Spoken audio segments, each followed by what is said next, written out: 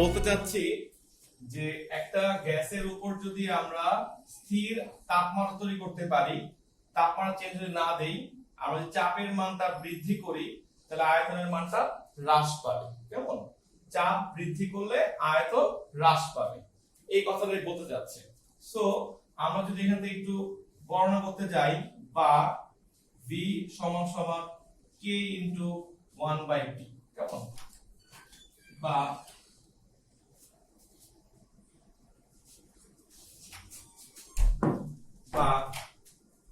PV সমান সমান K, ঠিক আছে?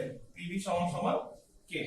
অর্থাৎ আমরা একটু পরে আলোচনা করব যে যেই গ্যাসটা নিয়ে আলোচনা করতেছি এই গ্যাসটার নাম হচ্ছে তোমার আদর্শ গ্যাস। সো আদর্শ গ্যাসের ক্ষেত্রে চাপ এবং আয়তনের গুণফল সবসময় কনস্ট্যান্ট থাকবে। এই কথাটার মানেটা একটু বোঝার চেষ্টা করো। আমরা যদি চাপের মানটা বৃদ্ধি করি তাহলে আয়তনের মানটা হ্রাস পাবে। শুধু এতটুকুই না, কিন্তু তুমি এভাবে ভাববা যে আমরা যদি চাপের মানটা 2p করি তাহলে আয়তনের মানটা অর্ধেক হবে। সিকোয়েন্সটা মাথায় রাখো। আমরা চাপের মানটা 4p করি, আয়তনটা v/4 হবে। আচ্ছা, কেউ যদি থাকো যে কেমিস্ট্রি সেকেন্ড পেপারের অধ্যায়, অর্থাৎ p1 আর v1 এর গুণফলটা যা হবে p2 আর v2 এর গুণফলটা তাই। খাতায় পয়েন্ট লেখো, বয়েলের সূত্রের লেখচিত্র সমূহ। যেহেতু আমরা প্রথম গ্রাফটাতে আলোচনা করতে যাচ্ছি, আমরা এটা একটা বয়েলের গ্রাফ। সো বয়েলের গ্রাফের মেইন কনসেপ্টটাই হচ্ছে তাপমাত্রা কনস্ট্যান্ট। এখন আমারে বলো, তাপমাত্রা যদি কনস্ট্যান্ট হয় একটা জিনিসের, তাপমাত্রা যদি কনস্ট্যান্ট হয়, চাপ বাড়াইলে চাপটা বাড়তেছে, আয়তনটা কমতেছে।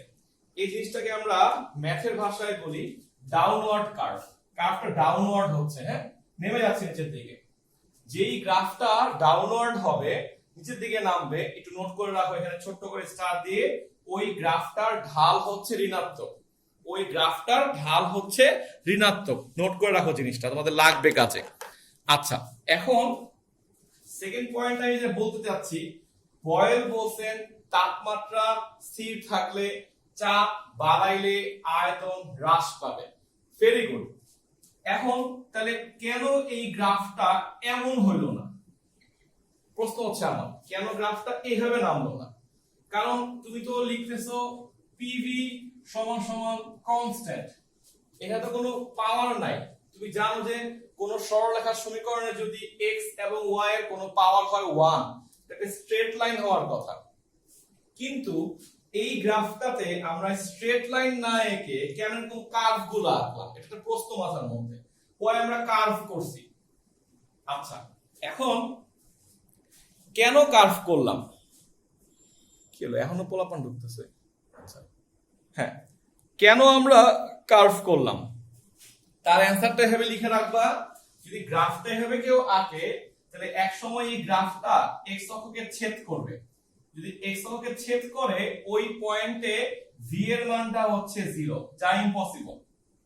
আবার এই গ্রাফটা এখানে ছেদ করবে y অক্ষকে, এখানে p এর মানটা 0, যেটা ইম্পসিবল।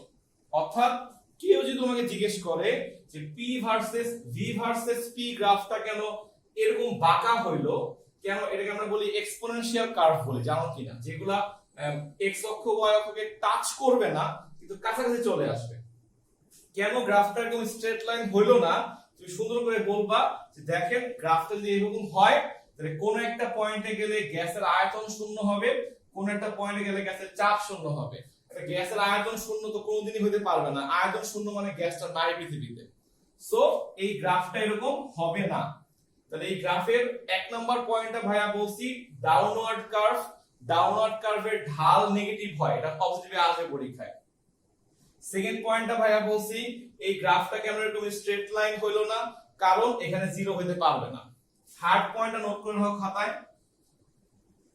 আমরা যদিও তোমাকে বলছি যে বয়েলের সূত্রটায় সবগুলা জিনিসে তাপমাত্রা স্থির থাকবে, ডেফিনেটলি। অর্থাৎ আমি যে কালো কালি দিয়ে প্রথমে গ্রাফটা আঁকছি, এই গ্রাফটার মধ্যে পুরা যতগুলো আমি বিন্দু নিছি, ধরো আমি গ্রাফটা আঁকার জন্য, এই কালো কালারের গ্রাফটা আঁকার জন্য আমি এখানে 5টা পি এর মান 5টা ভি এর মান নিছি, এবং ওই সবগুলা পি আর ভি এর মান নেওয়ার সময় তাপমাত্রা ছিল T1।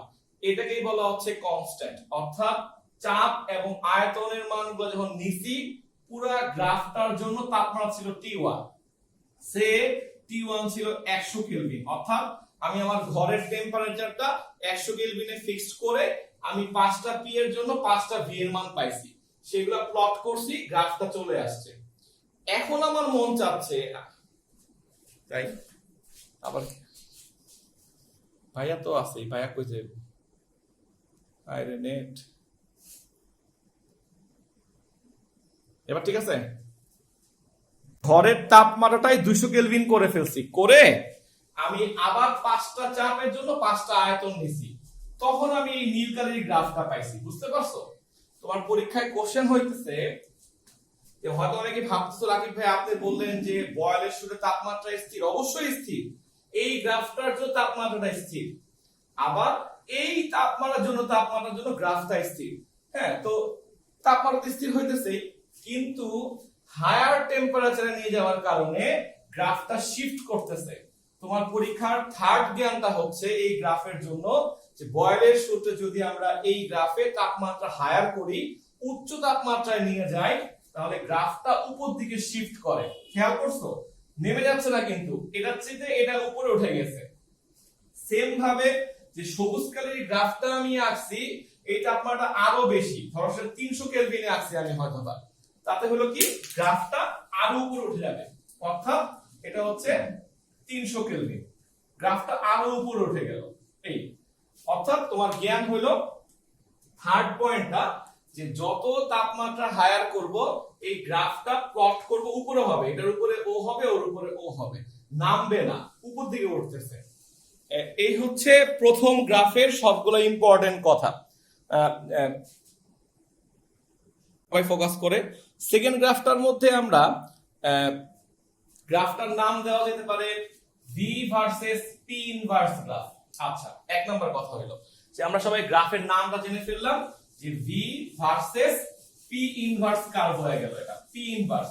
আবার আমার অনেকগুলো ভালো ভালো স্টুডেন্ট আছে, ভয় পাবে যে পরীক্ষায় আসছে 1/p, ভয় পাবে না, কিন্তু একই জিনিসটা। হ্যাঁ, এখন আমরা যদি এভাবে প্রমাণ করি যে v সমান সমান k ইনটু 1/p, লিখলাম না, তাহলে 1/p এর জন্য কিন্তু v টা সমানুপাতিক। একটু বোঝার চেষ্টা করো আমি কি বলতে যাচ্ছি।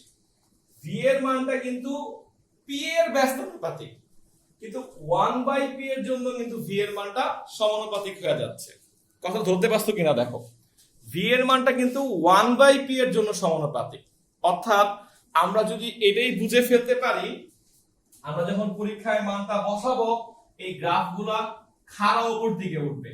ঠিক আছে, এখানে একটা পয়েন্ট আমি ডট ডট দিছি, এখানে খেয়াল করো। অর্থাৎ গ্রাফটা মনে হবে মূল বিন্দুগামী, কিন্তু কখনো মূল বিন্দুকে টাচ করতে পারবে না। ফার্স্ট পয়েন্টটা হচ্ছে এইটা। এই গ্রাফটা যদি মূল বিন্দুকে টাচ করে যায়, তাহলে মিনিং হইতেছে এই পয়েন্টে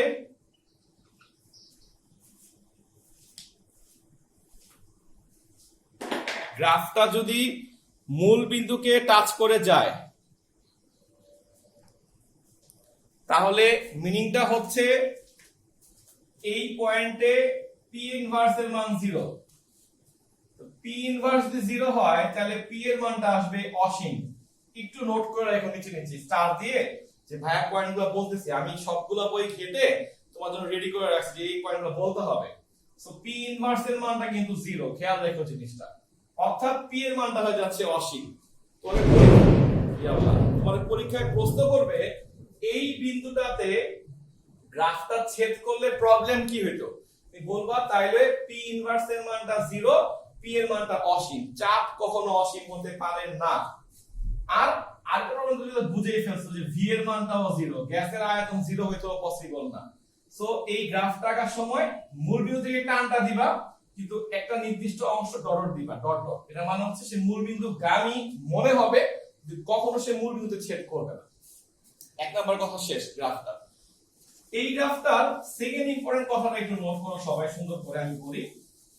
আমাদের পরীক্ষায় কিছু কোশ্চেন আসে অঙ্ক টাইপের, সেটা হচ্ছে ওরা তিনটা পি এর মান দিয়ে দেয়, তিনটা পি এর মান দিয়ে দেয়, 1 নাম্বার মান, 2 নাম্বার মান, 3 নাম্বার মান, তিনটা ভি এর মান দিয়ে দেয়। কেমন মান দিয়ে দিবে? অবশ্যই এখানে দুষ্টামি করা যেতে পারে, আমরা তিনটা চাপের মান দিব তিনটা ভিন্ন ভিন্ন এককে, ডেফিনেটলি, তাই না? তিনটা আয়তনের মান দিব তিনটা ভিন্ন ভিন্ন এককে, তুমি না পারো সলভ করতে। আচ্ছা, সো আমার যখন এই অঙ্কটার মধ্যে চাপের মান তিনটা হইলো, আয়তনের মান তিনটা হইলো, আমাকে পরীক্ষায় বলতেছে যে এই ডাটাটা, এই ডেটা অর্থাৎ এই যে উপাত্ত দেওয়া আছে, এই উপাত্তটা গ্যাসের চারটা সূত্রের মধ্যে কোন সূত্রকে সমর্থন করে। এখন তোমাকে তো স্পষ্ট করে বলাই আছে তাপমাত্রা স্থির, তাই না? এটা বললেও স্থির, না বললেও স্থির। কেন? যেই উপাদানে চাপ আর আয়তন পরিবর্তনশীল, সেটা তো গ্যাসের তাপমাত্রা স্থির হইতেই হবে, কারণ গ্যাসের সূত্রগুলো এরকম। সবাই ফিজিক্সের মধ্যে 10 পড়ছো, জানো এটা যে গ্যাসের সূত্রগুলোতে একটা উপাদান স্থির থাকতেই হয়। সো সেই লজিকে ভাইয়া বলতে চাচ্ছি যে তাপমাত্রা স্থির হইলে বলে দিলে তো বলেই দিল, না বললে বলবে 25 ডিগ্রি সেলসিয়াস তাপমাত্রায়, বলবে 30 ডিগ্রি সেলসিয়াস তাপমাত্রায় এই মানগুলো পাওয়া গেছে, তার মানে তো তাপমাত্রা স্থির।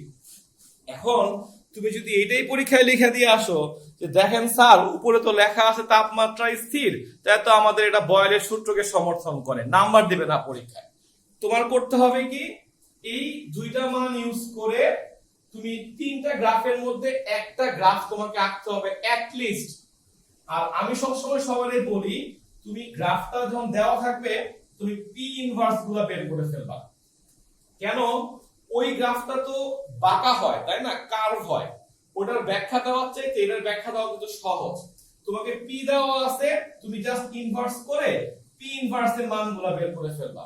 যদি গ্রাফ পেপার দেয় ব্র্যাকেটে দিবে না, দিলে তুমি গ্রাফ পেপারে এইটা বনাম এই গ্রাফটা আঁকবা, স্ট্রেট লাইন পাবা, তো তখন বলতে পারবা যে এটা হচ্ছে বয়েলের সূত্র। আর গ্রাফ পেপার যদি নাও দেয়, তুমি তো জানো এটা তাপমাত্রা স্থির, তুমি মোটামুটি একটা আনুমানিক মানে তিনটা মান বসাবা, তিনটা মান বসায়া টান দিবা, এটা অবশ্যই স্ট্রেট লাইন হইতে হবে, সিম্পল।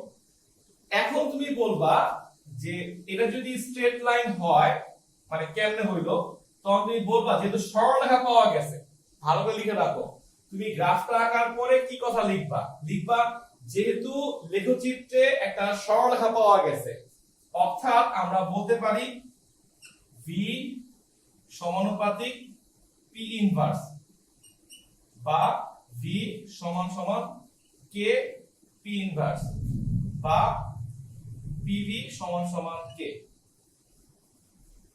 ওকে, বা তুমি এখানে লিখে দাও, আমি তোমাকে বলি এখানে ইকুয়াল দেখো, এটা লিখে দাও, এই ভি সমান সমান কে পি ইনভার্স। হ্যাঁ, এতটুকু চলে আসবা, এই চলে আইসা তুমি সুন্দর ব্যাখ্যা দিবা, বলবা ভিটা কি ছিল, ওয়াই অক্ষ না, তুমি লিখবা এটা ওয়াই, এটা হচ্ছে এম ঢাল, আর পি ইনভার্সটা হচ্ছে এক্স। বলবা এই গ্রাফটা y ইকুয়াল টু mx সমীকরণ মেনে চলে। আমি তোমাকে আরেকবার বলি, ভালো করে শোনো, তুমি এই পি দেওয়া থাকলে পি ইনভার্স গুলো বের করবা, বের করে গ্রাফে প্লট করে ফেলো, সুন্দর করে প্লট করে, গ্রাফ পেপার তো দিবে না আমি জানি, তুমি তো শিওর থাকবে এটা স্ট্রেট লাইনই হবে, কারণ তোমার ফোকাস থাকবে যে আমি এই গ্রাফটা দিয়ে প্রমাণটা করব, ওইগুলা দিয়া না। তখন তুমি এটা আঁকবা, এটা এঁকে তুমি বলবা যে এই যেহেতু আমি দেখতেছি যে গ্রাফটা মানে সমানুপাতিক হারে যাচ্ছে, সো ভি সমানুপাতিক পি ইনভার্স, একটা কনস্ট্যান্ট দিবা, তখন বলবা যে দেখেন এখানে এটা যদি y হয়, এটা যদি x হয়, তাহলে কেটা হচ্ছে ঢাল, এটা একটা জানার বিষয়, কেটা হচ্ছে ঢাল, অর্থাৎ y সমান সমান mx কে মেনে চলতেছে। আর আমরা সবাই জানি y ইকুয়াল টু mx হচ্ছে সরল রেখার সমীকরণ, সবাই জানি এটা মূল বিন্দুগামী সরলরেখার সমীকরণ। কেমন? অর্থাৎ এটা যে গ্রাফটা আমাদের পাওয়ার কথা ছিল ওটাও স্ট্রেট লাইন হওয়ার কথা ছিল, এটাও স্ট্রেট লাইন হইছে, অতএব এই উপাত্তটা বয়েল সূত্রকে সমর্থন করতেছে। পিভি বনাম পি লেখচিত্র, পিভি বনাম পি লেখচিত্র খেয়াল করো, এই গ্রাফটায় আমি আগেই বলে ফেলছি একটু আগে যে যে চাপের মান আর আয়তনের মান গুণ করলে পাওয়া যাবে কনস্ট্যান্ট, তুমি জানো। তাহলে আমি যদি পি এর মানটা বাড়াই, 2 গুণ করি, আয়তনটা হবে হাফ। দেখো আমি কিন্তু তোমাকে বারবার একটা কথা নোটিশ করে যাচ্ছি, অনেকেই তোমাকে এভাবে পড়াবে চাপ বাড়লে আয়তন কমে, এইভাবে পড়ো না, তুমি এভাবে পড়বা চাপ 2 গুণ হলে আয়তন হাফ হয়, এভাবে শিখবা, তোমার তাহলে গ্রাফগুলো আঁকতে সুবিধা হবে। তাহলে আলটিমেটলি গুণফলটা সমান থাকবে। এটাও আমরা ধরো ডট ডট দিয়েছি, দেখছো এখানটায় ডট ডট দিয়ে বাকিটুকু টান দিয়েছি, কারণ এই গ্রাফটা এখানে টাচ করতে পারবে না, টাচ করলে আবার এদের মধ্যে একজনের মান 0 হয়ে যাবে। ঠিক আছে, তাহলে এই পুরো গ্রাফটা আঁকছি T1 তাপমাত্রায়, T2 তাপমাত্রায়, T3 তাপমাত্রায়, কেমন T1 T2 T3 তাপমাত্রায় গ্রাফটা আঁকা হয়েছে।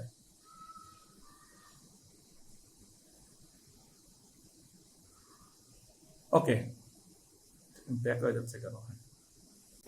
যদি আমি চাই যে না আমি চাপ আর আয়তনের মানটা আমি 3 নাম্বার গ্রাফ দিয়ে ব্যাখ্যা দিব, 3 নাম্বার গ্রাফ দিয়ে কি, তখন আমাকে পি এর 3টা মান দেওয়া ছিল, ভি এর 3টা মান দেওয়া ছিল, আমি নিচে পিভি এর মানটা বের করে ফেলবো গুণ করে, জাস্ট গুণ।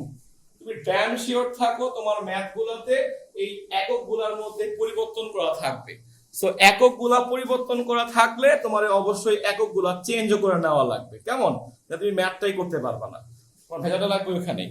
যাই হোক, এখন আমরা পিভি এর মানটা বের করলাম, তখন দেখবো এই মানগুলো সব সমান চলে আসছে, দেখবা যদি ম্যাথ করবা যে পিভি এর গুণফলটা সমান চলে আসছে, তখন তুমি যখন গ্রাফটা বসাবা এটা একটা এরকম লাইন আসবে এক্স অক্ষের সমান্তরাল, পরীক্ষায় আবার লেখো না এরকম লাইন আসবে, পরীক্ষায় লিখবা এক্স অক্ষের সমান্তরাল রেখাচিত্র আসছে।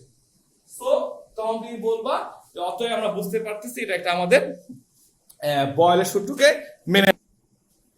পয়েন্টটা হচ্ছে চাপের বিভিন্ন একক, সেখানে আমরা লিখছি 1 অ্যাটমসফিয়ার,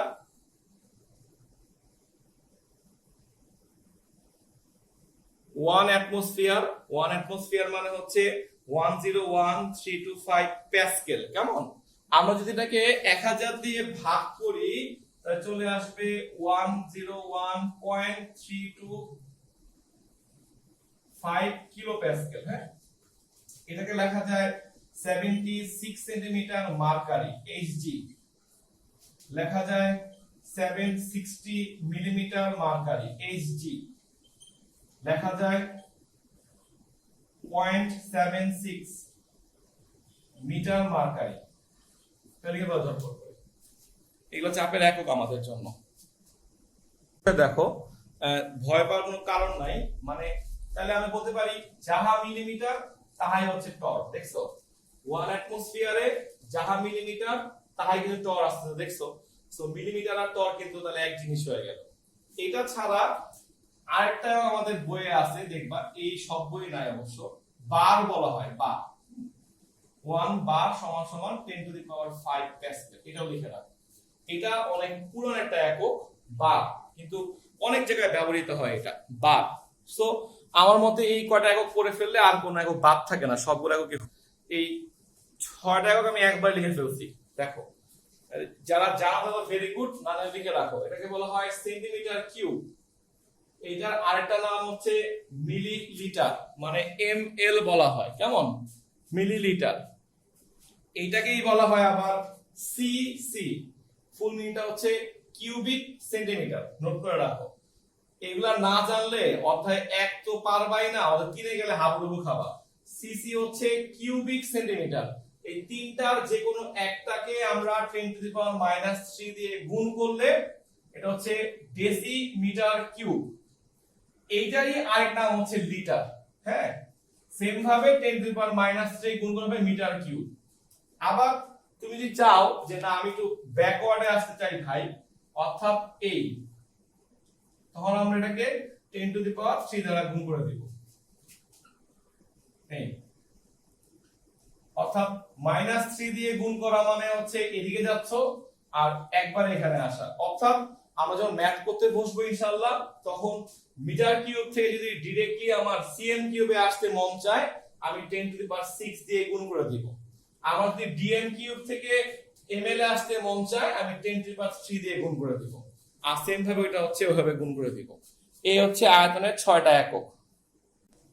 0 ডিগ্রি সেলসিয়াস তাপমাত্রা এবং 1 অ্যাটমসফিয়ার চাপকে 0 ডিগ্রি সেলসিয়াস তাপমাত্রা এবং 1 অ্যাটমসফিয়ার চাপকে বলা হয় স্ট্যান্ডার্ড টেম্পারেচার এন্ড প্রেসার, সংক্ষেপে এসটি বলি। সংখ্যাটা হচ্ছে 25 ডিগ্রি সেলসিয়াস তাপমাত্রা, 25 ডিগ্রি সেলসিয়াস তাপমাত্রা এবং 1 অ্যাটমসফিয়ার চাপকে বলা হয় এসএটিপি। 1 অ্যাটমসফিয়ার চাপকে বলা হয় SATP, standard ambient temperature and pressure. SATP, standard ambient temperature and pressure.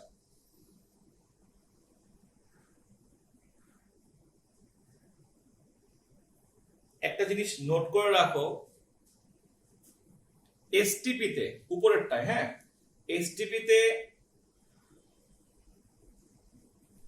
Molar আয়তন হচ্ছে 22.4 লিটার, সবাই জানো এটা। এসটিপি তে মোলার আয়তন হচ্ছে 22.4 লিটার, আর এসিটিপি তে মোলার আয়তন হচ্ছে 24.789 লিটার। 24.789 litre, 24.789 litre. মনে রাখো, হ্যাঁ, আমাদের অবশ্যই লাগবে, এটা খুব জরুরি জিনিস। 24.789 লিটার। বলি শুনো, লেখো স্থির চাপে, দুষ্টামি করে বলি যে চা দিয়ে শুরু তো, স্থির চাপে খেয়াল রেখো, স্থির চাপে নির্দিষ্ট ভরের কোন গ্যাসের আয়তন, স্থির চাপে নির্দিষ্ট ভরের কোন গ্যাসের আয়তন, স্থির চাপে নির্দিষ্ট ভরের কোন গ্যাসের আয়তন প্রতি ডিগ্রি সেলসিয়াস তাপমাত্রা বৃদ্ধিতে, প্রতি ডিগ্রি সেলসিয়াস তাপমাত্রা বৃদ্ধিতে,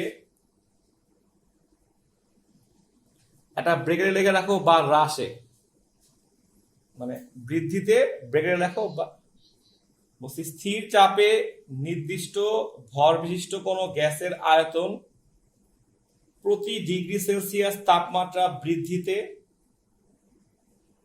বা হ্রাসের ফলে 0 ডিগ্রি সেলসিয়াসের আয়তনের 0 ডিগ্রি সেলসিয়াসের আয়তনের 0 ডিগ্রি সেলসিয়াসের আয়তনের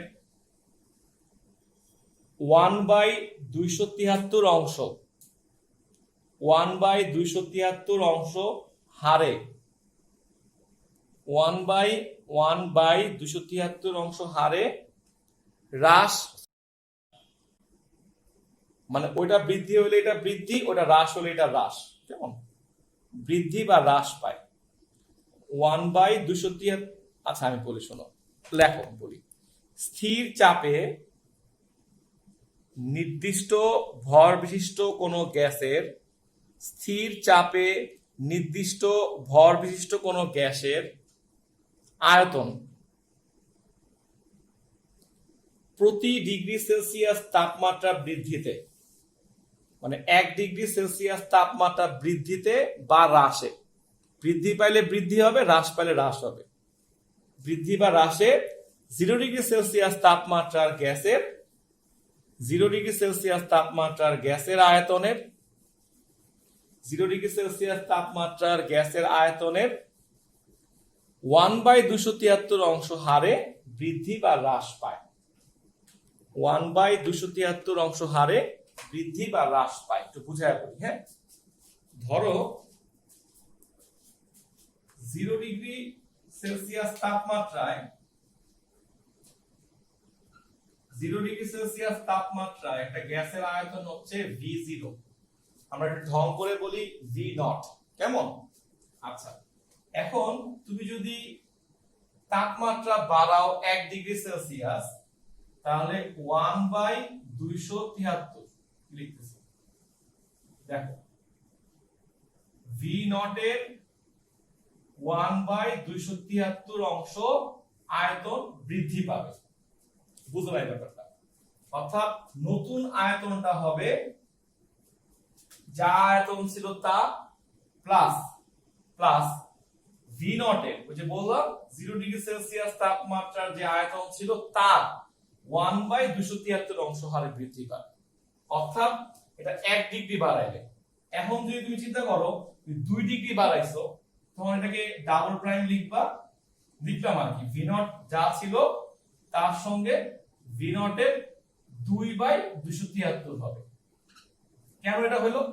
কারণ 1 ডিগ্রির জন্য যদি 1/273 বৃদ্ধি পায়, 2 ডিগ্রির জন্য কি হবে 1/273 ইনটু 2 হবে জিনিসটা, তাহলে আমি একবার লিখে ফেলছি।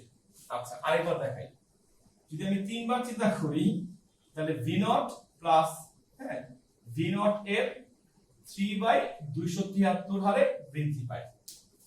দেখো তো আমার কথা সবাই বুঝছো কিনা, না আমি একবার বলবো জিনিসটা।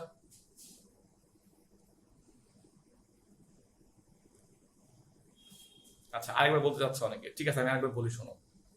আমি বলতে চাচ্ছি কি যে আমাদের সংজ্ঞা অনুসারে চার্লস যেটা বলছেন, ধরে নাও যে 0 ডিগ্রি সেলসিয়াস তাপমাত্রা আয়তনটা হচ্ছে V0। এখন V0 তো ওর একটা আয়তন আছেই, এই তাপমাত্রাতে একটা গ্যাসের আয়তন আছেই, এটা আমরা সবাই জানি। তাপমাত্রা বাড়ালে আয়তন বৃদ্ধি পাবে, কতটুকু বৃদ্ধি পাবে এইটা নিয়ে প্রথমে বিজ্ঞানী চার্লস কথা বলছিলেন। উনি বলছেন যে 0 ডিগ্রিতে যে আয়তনটা ছিল, দেখো আমি কিন্তু প্লাস লিখছি, দেখছো 0 ডিগ্রিতে যে আয়তনটা ছিল তার 1/273 বৃদ্ধি পাবে 1 ডিগ্রির জন্য। 1/273, তাহলে 1 ডিগ্রি হওয়াতে 1/273 হলো, এটা হচ্ছে বৃদ্ধিটা। এখন যদি বলি যে না ভাই আমি তাপমাত্রা 2 ডিগ্রি বাড়াইছি, দেখো এখানে দুটো ইম্পর্টেন্ট কথা, তাপমাত্রা 2 ডিগ্রি আবার বাড়াইছি, তাহলে এটা যোগ হবে, তাহলে আয়তনটাও বাড়বে। আমি ভি নট তো ছিলই, তার সঙ্গে 1/273 এর 2 গুণ বাড়বে না এখন, কারণ 1 ডিগ্রির জন্য যদি এটা হয় 2 ডিগ্রির জন্য 2টা হবে না, তাহলে আমি একবারে 2 লিখে দিছি। সেম ভাবে 3 ডিগ্রি হলে 3/273 হবে। আর যদি কখনো তোমাকে কেউ প্রশ্ন করতো যে আয়তন তাপমাত্রা হ্রাস করতেছি, তাহলে এইভাবে ভাবলেই তো হয়, এটাকে মাইনাস ধরবা, তাহলে আলটিমেটলি এটা মাইনাস হয়ে যাবে, তোমার এটা মাইনাস হবে। এজন্যই বলছি বৃদ্ধি বললে প্লাস আর হ্রাস বললে মাইনাস, এই আর কিছু না। দেখো জিনিস সবাই বুঝছো কিনা, মানে এখন কি আর কিনা দেখো। যদি কারো কোনো করে থাকে হাত তুলতে পারো, সমস্যা নেই, বা মুখে বলতে পারো, সমস্যা নেই। ক্লিয়ার হয়ে যাও, চার্লসের শুরু থেকে অনেকগুলো কোশ্চেন পড়তে হবে আমাদের, সো ক্লিয়ার হয়ে যাওয়াটাই ভালো। আচ্ছা কেউ কোনো আওয়াজ দিচ্ছে না, ধরে নিলাম সবাই ঘুমায় গেছে। আচ্ছা তাইলে আচ্ছা ওকে, আওয়াজ দেওয়ার জন্য ধন্যবাদ। আচ্ছা এখন জিনিসটাকে যদি আমরা একটু বইয়ের ভাষায় লিখি, এই তোমার মেজাজটা খারাপ হয়ে যাবে। কেমন? বই বলতে চাচ্ছে যে ভিটি সমান সমান V naught plus V naught এর টি বাই